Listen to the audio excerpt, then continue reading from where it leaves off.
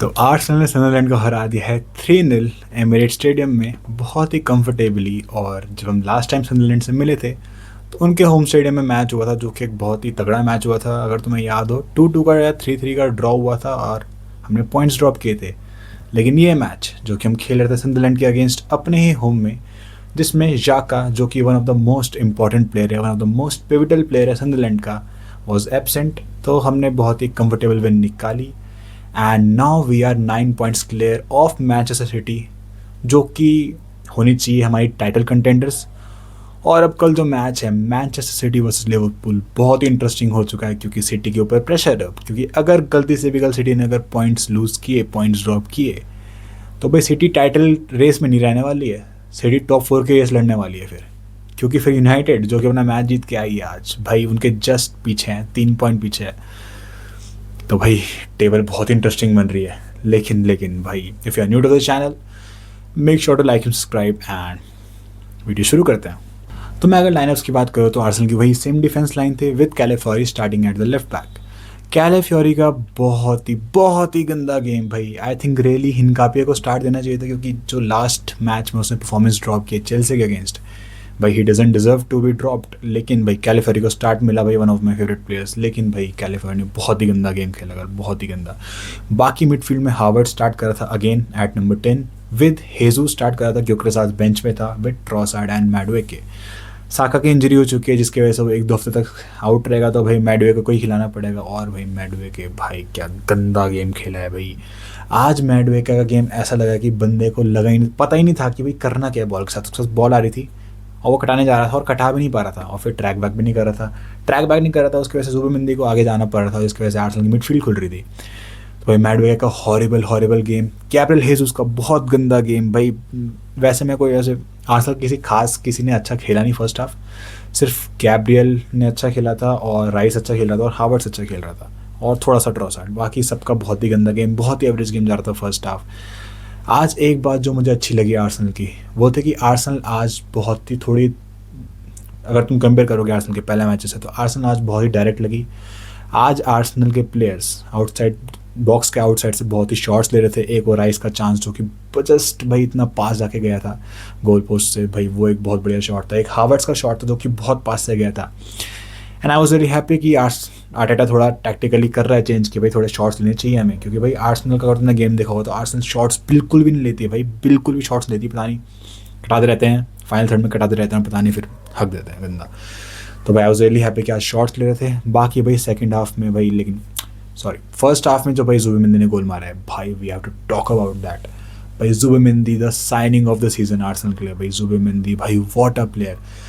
United के game के बाद उसको बहुत ज़्यादा क्रिटिसिज्म मिला था, लेकिन आई न्यू कि भाई what a player he is भाई। और आज उसने वापस प्रूव किया है।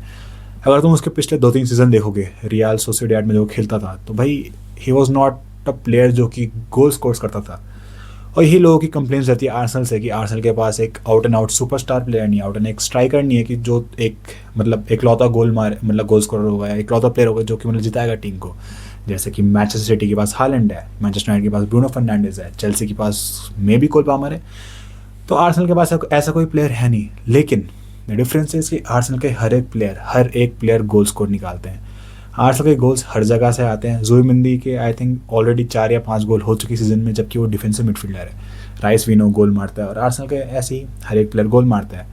भाई दैट इज़ कलेक्टिवली आर्सेनल बहुत अच्छा कर रही है।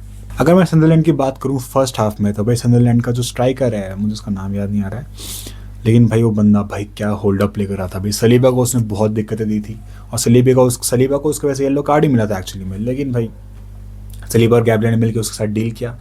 सनरलैंड को फर्स्ट हाफ में ज़्यादा चांसेस मिले नहीं, ज़्यादा क्रिएट वो कर नहीं पाए। वही वो अपना long balls long throws try कर रहे थे। एंड उनके लंबे प्लेयर्स भी हैं, उनके बहुत ही ज़्यादा फिजिकल प्लेयर्स हैं सनरलैंड के। तो वो एक दो चांस में थोड़ा स्लॉपी हो भी गया था। 1-2 बार जब राया ने बॉल छोड़ दी थी, 1-2 बार वो आगे आ गया था, तो बहुत ही एक नर्वीर सा मोमेंट हो गया था।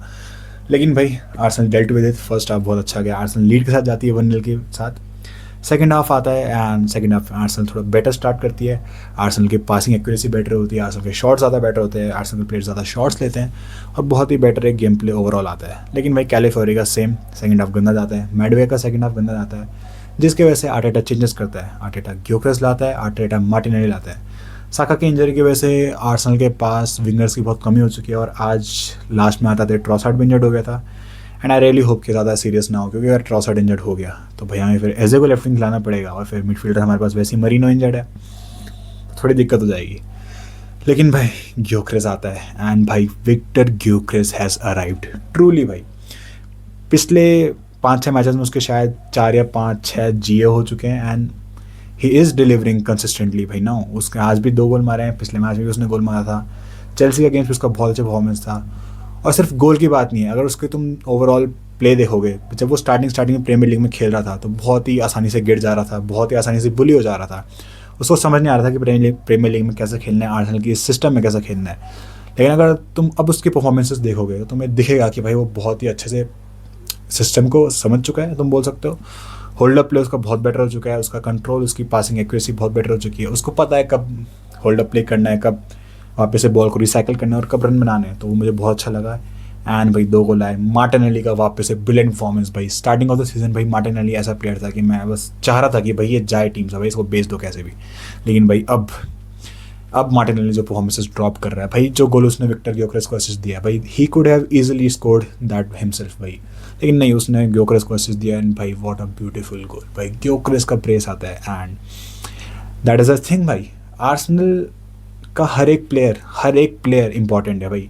कल तुम ओडेगार्ड को गाली दे रहे थे, कल वो आएगा असिस्ट देगा। कल आज तुम मेडवेगर को गाली दे रहे हो, अगले दिन वो ऐसा परफॉर्मेंस ड्रॉप करेगा तुम पूछो मत। जोई मेंडी के साथ सेम, विक्टर ग्योकेरेस के साथ सेम भाई।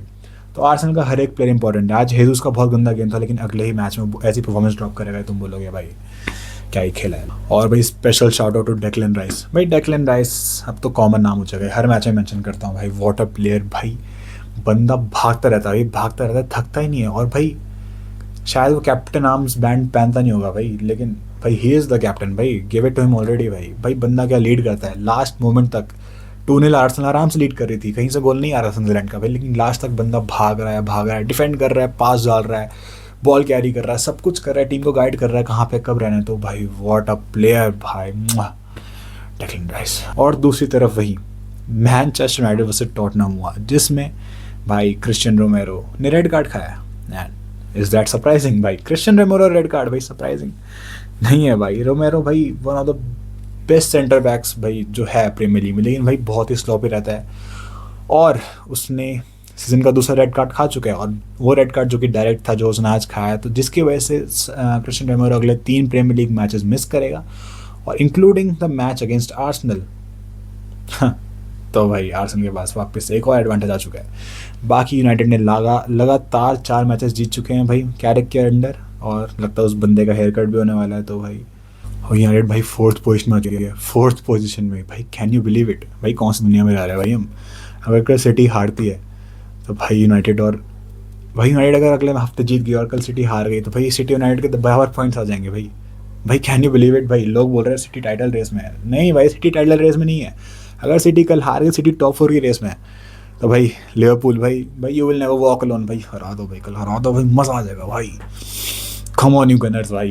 एंड भाई देखा है तो लाइक शेयर एंड सब्सक्राइब भाई। Thank you for watching, see you.